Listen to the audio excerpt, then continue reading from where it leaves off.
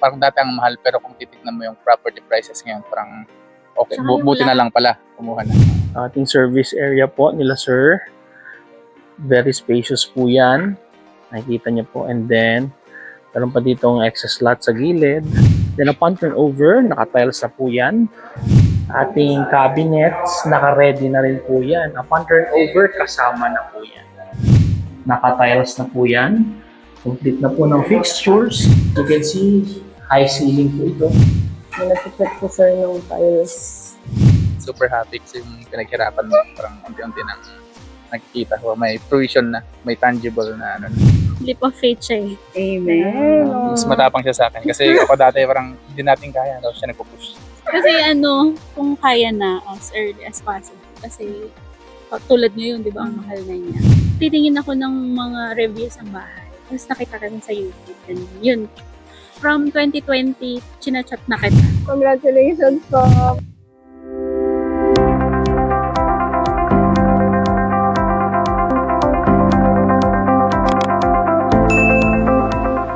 Hello everyone, this is Jazz.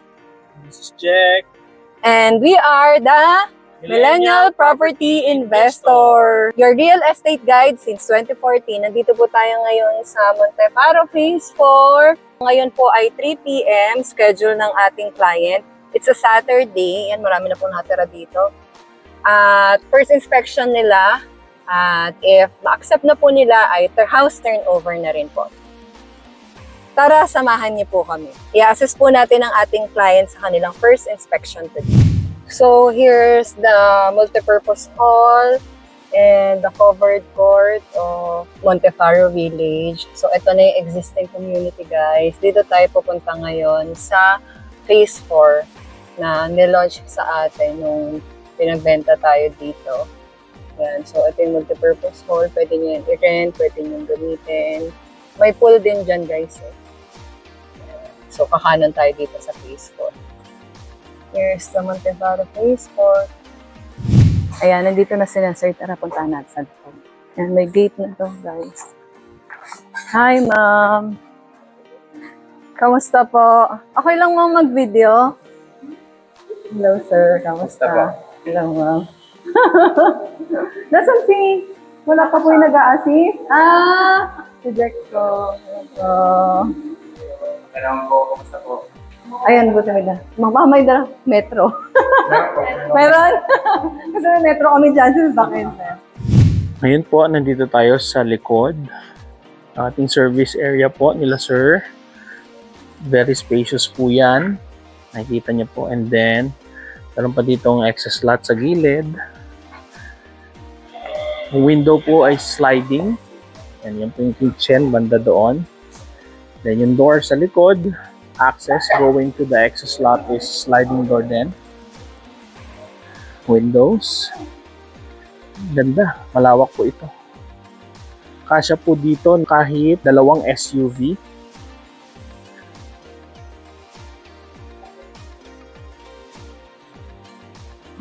Kahit dito po, kasya pa din yung car, dalawa pa. So, more or less 4 car garage. Ito po yung ating septic tank. Nasa unahan na po yan. Para if ever po na for maintenance na hindi na kailangan pumasok sa loob ng pagsisip-sip ng Poso Negro, dito na po sa labas. Less hassle na po siya.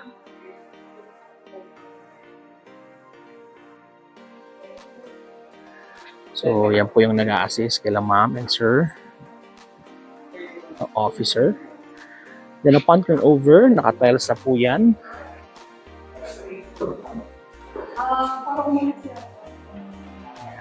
And then, ngayon, papansin nyo po ang ating cabinets, naka-ready na rin po yan. Upon turnover, kasama na po yan. Kung kayo po ay mahilig magluto, this kitchen is very spacious. Maluwag po yung kikilusan nyo. Meron pa kayo, pwede kayong maglagay din ng island dito. O yung bar counter. ating lights. This is our back door. Access going to your access lot. Papansin nyo po, malaki pa po yan. Yan po yung ating perimeter fence. Then, dito po sa baba, yung ating first toilet and bath. Naka-tiles na po yan. Complete na po ng fixtures. This is the actual turnover po yung aking pinapresent sa inyo.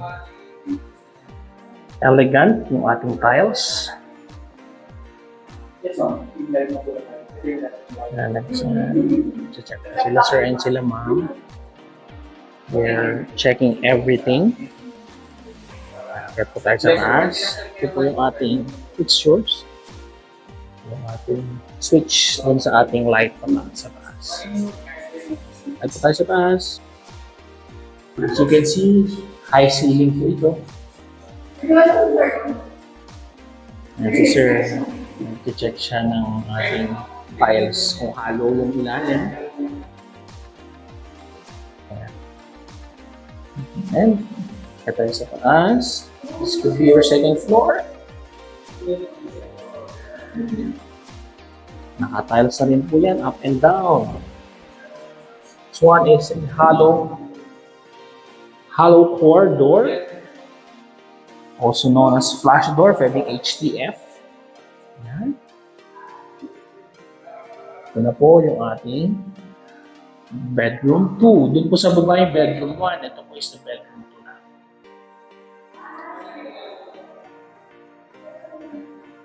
Itong bedroom po natin is may access din going to the toilet and bath. So same po sa baba. Very elegant tiles. Napakaganda, napaka-spacious. Luwag.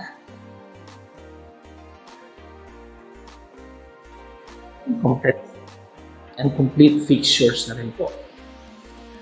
And of course, our third and last bedroom, the main bedroom is the master bedroom. Yung master bedroom po is combination ng dalawang bedroom. Yung first and second bedroom, so ganun po siya kalaki.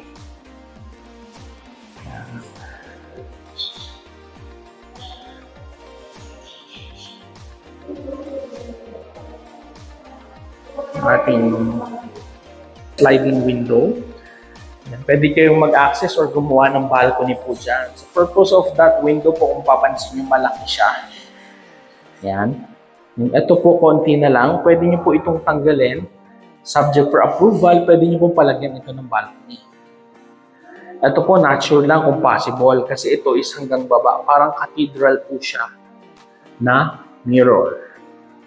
Na glass. So, medyo malaki po ito. Ganda. Ganda.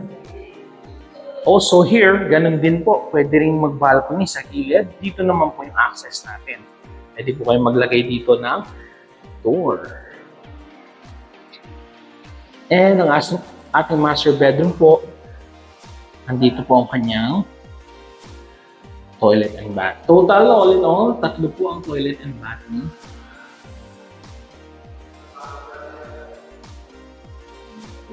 Ariana.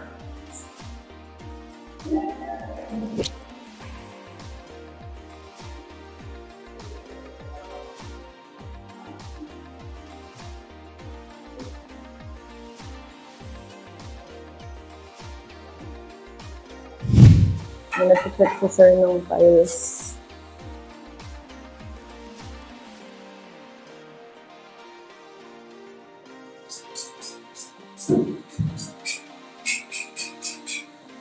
Dito ba, sir? Hindi sa easy-to-use. Ano ba? Easy to examine din, no? Yung pinaka...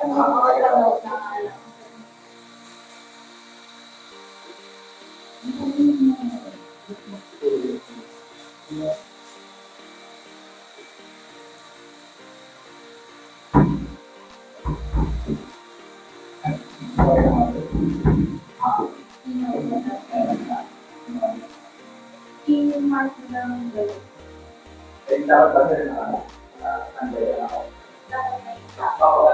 Ako, follow lang sa mga. Dito. Hindi na lang din.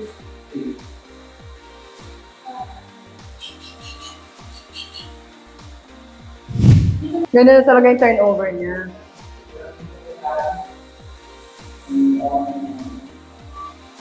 Laki ng kwarto. Kaya.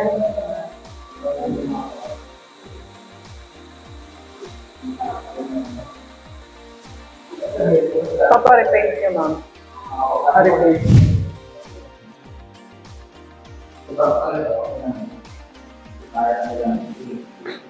Hindi ako namin magagawin.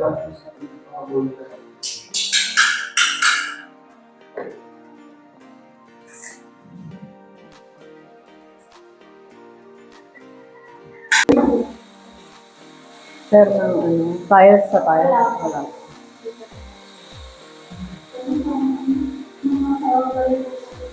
Ha?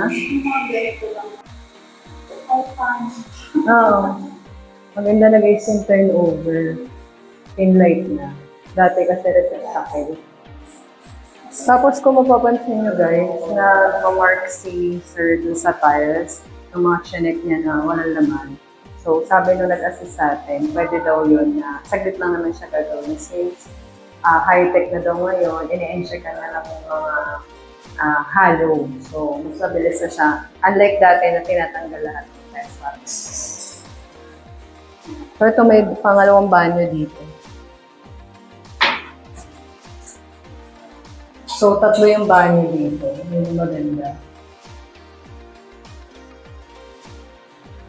May banyo dito sa kwarto na to. May banyo para sa master. At may banyo para sa baba. First floor. So, kung napapansin nyo, medyo magaganda na din yung ginamit na switch and outlets. Unlike dati, puro white, no?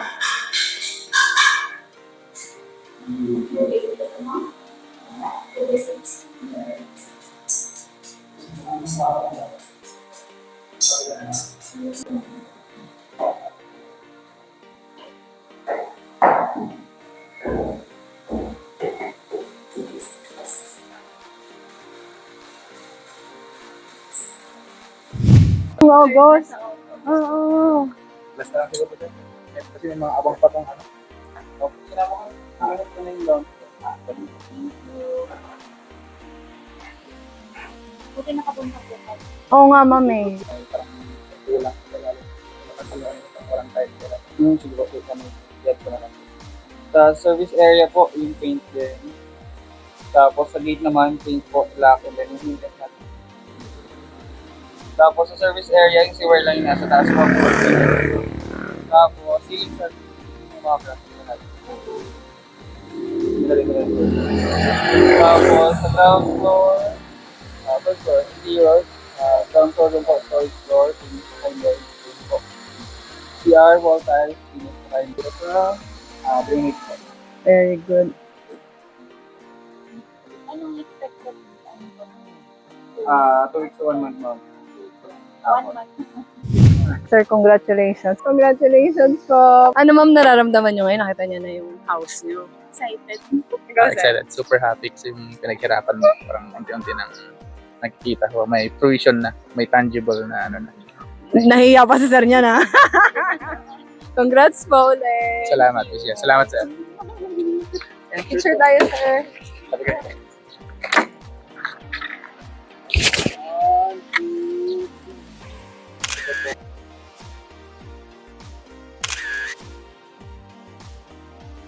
So, kasama natin ang ating client na sina Ma'am Shelo and si Sir Mark Bartolome. Yeah, alala ko.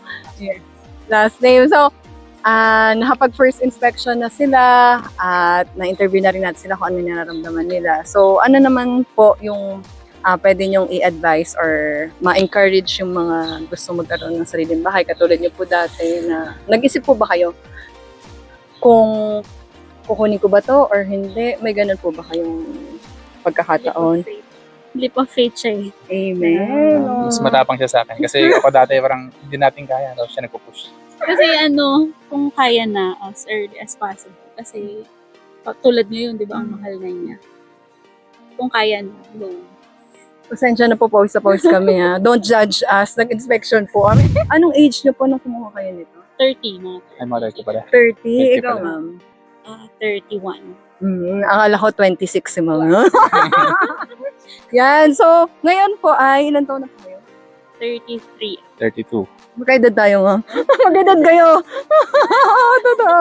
Comment to me. Paano ka ba naglapit dati sa YouTube? Talaga. Oo. Kwento mo naman yan, ma'am. Short. Nung nagtitingin pa lang kami, nasa Nueva Ecija pa lang kami. Nakatira nun. Oo. That time. Nagtitingin ako ng mga reviews ng bahay. Tapos nakita kami sa YouTube. And yun, from 2020, chinachat na kita, naalala. Ay, oo, naalala ko. Oo, Tagal na tapos nun. yun, nung sabi ko multi-tripping na yun, sabi ko na, si Miss Jess na lang kasi nakakausap na siya dahil. Sa'yo, sir. Thank you po. Anong masasabi mo dun, sir, na sinabi ni ma'am sa'yo na nag-tripping tayo, kuha tayo ng bahay sa... galing kayo sa probinsya, di ba po? Kasi di talaga ako kampante nun kasi parang nasanay kami lagi na may konting allowance. Kumbaga, may safety net, kumbaga. Nung ginawa niya, parang as in sagad na sagad up to the last cent talaga. Yung budget namin, ganoon kasagad siya. Naisip ko naman, saan ba pupunta yung sahod natin kundi pataas naman. So, sige, laban Ay, na. totoo There's yun. no way Naalala but ko. up. Naalala There's no way ko. but up. Parang nag-iisip pa tayo, ang takas nito. Kasi parang 7M Tapos lang, wala 6M. agad 100 square Oo, wala agad. meters na Available. Kasi ang available. parang ang budget lang natin that time, 5M, 6M. Oo. Naalala mo, Oo. ma'am? Tapos, hanggang dumating tayo dito, 8M ba to? Seven. 7 Nung time na yun. million. Kaya naging last cent si Sir. Pero Oo. ngayon, nag-okay naman na sa yung finances niyo. I Kasi mean, hindi na siya last cent. Yeah. Kasi dati, parang yung 6, sobrang stretch na sa amin. Mas malaki yung lote, 7. So parang, Wow. mas lalo na ako. Oo. Parang overwhelming masyado. Pero sa ngayon, better naman yung position. Pero nung nakita niyo siya ngayon, ma'am, yung iniisip niyo noon, kamusta siya ngayon? Yung dati iniisip niyo na Worth hindi it. kaya, gano'n. Parang dati ang mahal, pero kung titignan mo yung property prices ngayon, parang okay, Saka buti wala. na lang pala, kumuha na. Thank you to... Buti yung malakas yung loob niya. Ikaw din, sir, kasi Oo, naman nila mo. syempre. Kayo eh. Dalawa Meeting pa tayo doon sa may Shopwise. Ah, So, nag-usap pa kami. Nila ma'am, kasi nga nagpa-budget. Kasi walang available. Tapos, parang napag-unahan pa tayo dito, no? Mm-mm. Kasi wala nang available eh. Alam niyo ba, ma'am, parang 2 o 3 kayo yata na gustong kumuha dito, kaya lang naunahan na. Kayo yung unang nakakuha. Diba? Yung kasunod yun na client namin. Hindi na siya nakuha kasi parang hours lang yung pagitan na nauna nakapag-reserve. Mm-mm. Nung papunta kami dito, nung pa-tripping kami, parang available pa. Tapos nung nag-decide na siya nung i-reserve na, wala na Wala. reserve na. Lumipat siya sa iba. Nag-fly-fly siya sa iba. Kasi nung nakita namin to nun, ito na, parang diba nun, Ah, ayaw na ah. namin mag-trimming sa iba na, ito na yun. Oo. Kasi compare kay Ira, mas malapit siya. Oo. Kasi ang Malapit. tinitirahan niya yata nung dating Parañaque. Parañaque. Tabi. Lagi ko. Oo, Taguig. Tapos guys, alam nyo ba, sino ma'am lang yung nag-asikaso ng documents? Kayo lang, di ba ma'am? Kasi work from home yung mga staff ng Dayton nila. Ah. Tapos so, online lang. Tapos, pero nag-Victoria kayo. Apo. Nag-submit Oo, kayo sa nag-submit Victoria. kami. Oo. Sabi siya ng mga check. Ano pong message nyo sa mga kagaya natin na una natatakot pero napagtagumpayan naman nila and leap of faith sabi nyo nga po kanina. So paano nyo na overcome yung takot na yon? Using that leap of faith, ano pong ginawa nyo? May exam pala to. Kala ko inspection lang, sabi ni ma'am. Prayers, yun, very powerful ang prayers, and magsipag para mas lumaki yung income. Si sir naman as the head of the family. Yan. Although head of the family, parang always listen to your wife. Yan. So, laging balance dapat yan. Listen to your wife. Happy spouse, happy life. Yes. Happy wife, happy life. So napatunayan mo naman ngayon yan, sir. So, yun. Ano yung pwede nyong i-advise sa mga, kasi di mga 20s, akala nila parang ganun lang yung buhay, pero parang dapat pala mas bata pa, hanggat bata ka, mag-umpisa ka, ganyan. Kasi pag 20s ka, mas konti yung responsibilities mo. Habang tumatanda, mas madami yung responsibilities. So, parang nababacktrack kumbaga yung pagkuha ng properties, ganyan. Kapag real estate, tumataas lang siya. So, habang bata pa at kaya na, go. Matutong mag-budget, oo. Kasi mga travel, sige, sir. Tapos dapat may foresight ka kung ano yung possible mangyari in the future. Tulad ngayon, di ba, ang daming expressways na naayos mo. Mas tumataas ang Dito properties. Labas mo ng Cavitex, may Calax na pwede ka naman yan. Pag dito naman kayo galing mo, pwede kayong doon sa may open canal umakyat ng Pacalax. Hindi pa yun open, no? Ang open niya sa Gentry Mall, paglabas mo, Laguna na. Yun. So, thank you so much. We're so happy. Paulit-ulit, nakalima yata. Congrats po! After ilang years. So, ayun guys, tapos ang ating inspection at ang ating quick interview kina Ma'am Shelo at Sir Mark. Thank you so much, Ma'am. Again, paulit-ulit, for trusting us. Para mga bata pa tayo that time, yung nagkakilala tayo. Yan.